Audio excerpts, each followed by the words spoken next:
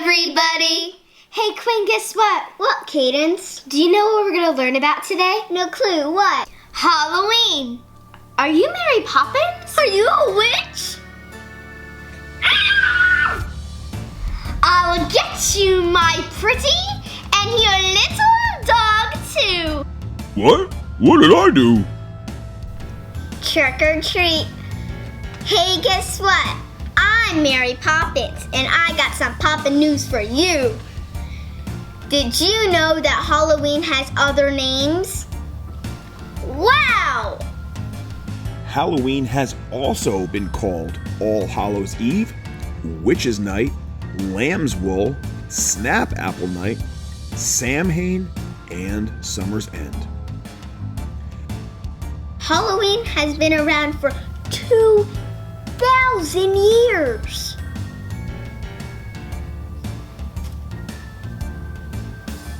Halloween is traced back to a 2,000-year-old Celtic festival called Samhain.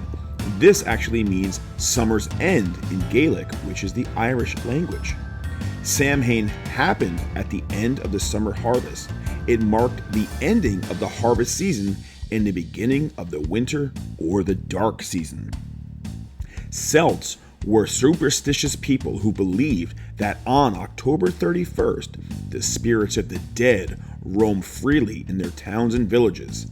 They were afraid that these ghosts could harm them by damaging their crops, possessing people, and spreading incurable diseases. Hey, guess what? They believed that by dressing up in costumes that they would blend in with the real ghosts roaming the streets and would be safe. Kinda creepy, but now it makes sense.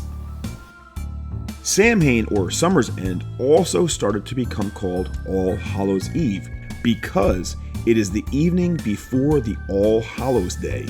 As the day's popularity increased over time, it became called Halloween.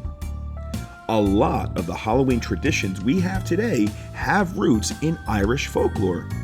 These traditions became popular in America when many Irish fled their country to escape the potato famine of 1846. During Samhain, people would go guising. Guising is going door to door in disguise. Disguise? Guising? I get it! They would sing songs in exchange for food, kind of like trick-or-treating. In Soling, poor people would go from house to house and beg for soul cakes.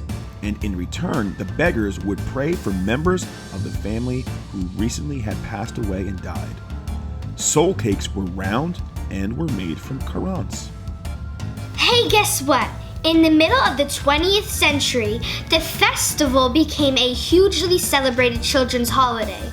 Cool! Now, it's more like a community celebration in cities and towns all over the United States. And even the adults celebrate it by participating in costume parties, and it's a huge commercial event in North America. Wearing costumes became popular for Halloween parties in the US in the early 20th century, and it happens as often for adults as for children.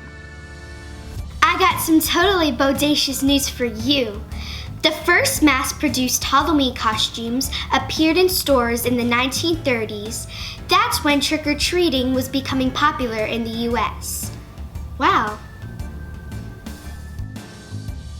Other Halloween activities include attending costume parties, carving pumpkins into jack-o'-lanterns, lighting bonfires, apple bobbing, visiting haunted attractions, playing pranks, telling scary stories, and watching horror films. Using pumpkins as lanterns at Halloween is based on the ancient Celtic custom we learned about earlier. Samhain, or Hallows Eve, was on October 31st because it marked the end of the old Celtic calendar year. And on that night, hollowed-out gourds with candles inside were placed on windowsills to welcome home spirits of deceased ancestors and to ward off evil spirits, including a restless soul named Stingy Jack. The myth goes like this: a drunken farmer named Stingy Jack was turned away from both heaven and hell. So as Jack wandered the darkness of purgatory, he made a lantern out of a carved out turnip and a lump of coal to help light the way and guide his lost soul. In old times, the Celts believed that placing jack-o'-lanterns outside helped guide lost souls home as they wandered the streets during Samhain. Stingy Jack? Jack-o'-lanterns? Now I get it! Mind blown! New York City has an annual Halloween parade which brings over 2 million people to it, and it has more than 50,000 people that dress for the parade. Hey, guess what, guys? Halloween makes more money than any other holiday except for Christmas. Christmas is the biggest commercial holiday. Wow. Hey, guess what? Many years ago, children used to get fruits and nuts for trick-or-treating. I think I'll stick with the candy. I need more practice with this thing.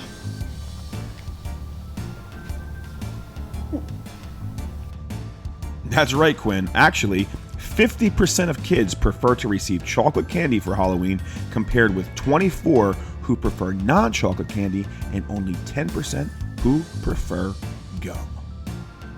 Hey, did you like this video? Hey, did you learn something new? Then don't forget to Sub, smash, and ring. And we'll see you on the next Hey, Guess What? Boom!